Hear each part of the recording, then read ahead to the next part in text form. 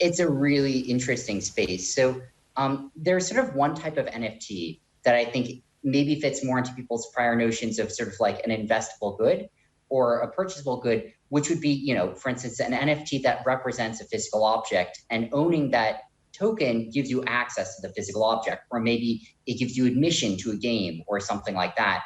But that's not been sort of the sort of like, you know, most popular NFTs so far. The most popular ones really have just been pictures of things.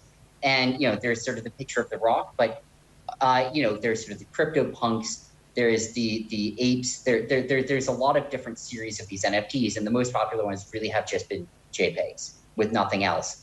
And I mean, you know, certainly historically, you know, people, I'm not going to say people haven't made money buying them, because they have.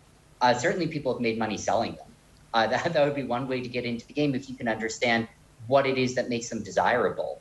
But it's a really, really nascent space. Like, it's really kind of like undeveloped right now. And I think there's really big uncertainty about what directions it's going to be taking medium to long term.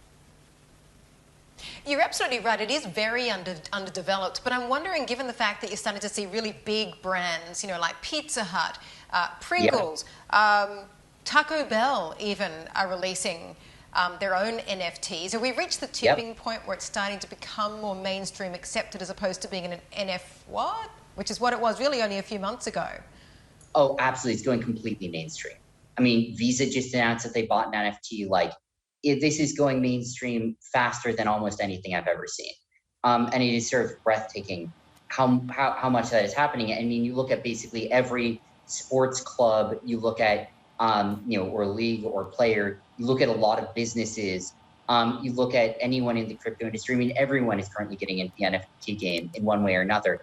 Now, I still think that most of the people getting in don't know what it's going to look like. And frankly, we hear that from a lot of players, where they'll say, hey, we really want to get involved in NFTs. We're like, great, talk to us about what you want to do. And they're like, that's what we were hoping you could help us with. We don't know. And I mean, I think that a lot of people have sort of realized that there's a lot of excitement there, but don't actually know what to do with it yet. And so I think it's almost going mainstream faster than the mainstream understands what it is they're, you know, adopting, which is a weird phenomenon. And I think it could lead to just incredibly fast and giant adoption. It could also lead, frankly, to sort of a sour taste in people's mouth if there's a crash and no one ever quite figured out what it was.